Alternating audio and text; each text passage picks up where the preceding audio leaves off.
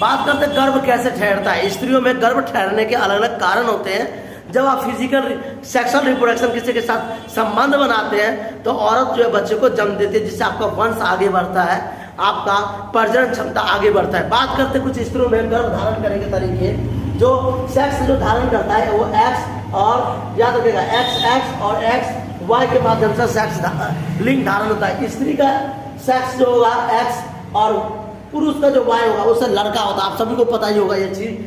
स्त्री का जो एक्स होगा और पुरुष का जो एक्स होगा तो वो लड़की बन जाता है। ये तो आप शुरू से जानते होंगे।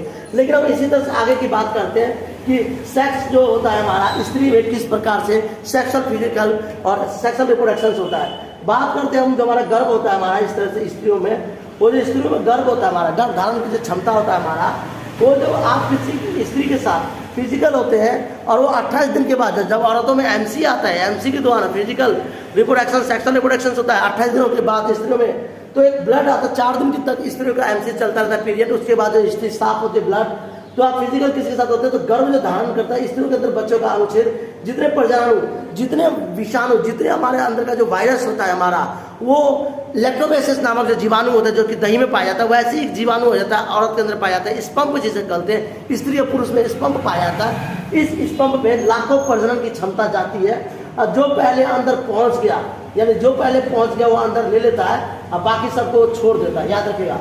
तो पहले पहुंचने के बाद धीरे धीरे बच्चा जो होता है वो भ्रूण बनता है जिसे हम कहते हैं, और भ्रूण बनने के बाद बच्चा का विकास 3 महीने के अंदर में होता रहता है। 3 महीने के बाद स्त्री का जो होता है वो इवॉल्यूशन नहीं करवा सकते हैं, अल्ट्रासाउंड नहीं कर इवॉल्यूशन करवाने का स्त्री की भी मृत्यु हो सकती है, बच्चे की भी।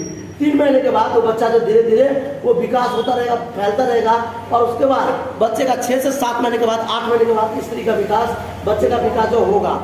बच्चा जो होता है वो लिंग निर्धारित करता है मात्र 3 महीने में। याद रखिए लिंग कैसे निर्धारित करता है, लड़का या लड़की जो प्रजनन की क्षमता होती है वो 3 महीने के बाद बच्चे का लिंग निर्धारित होता है। तब हम पता लगाते हैं कि स्त्री के पेट में बच्चा है या लड़का या लड़की है।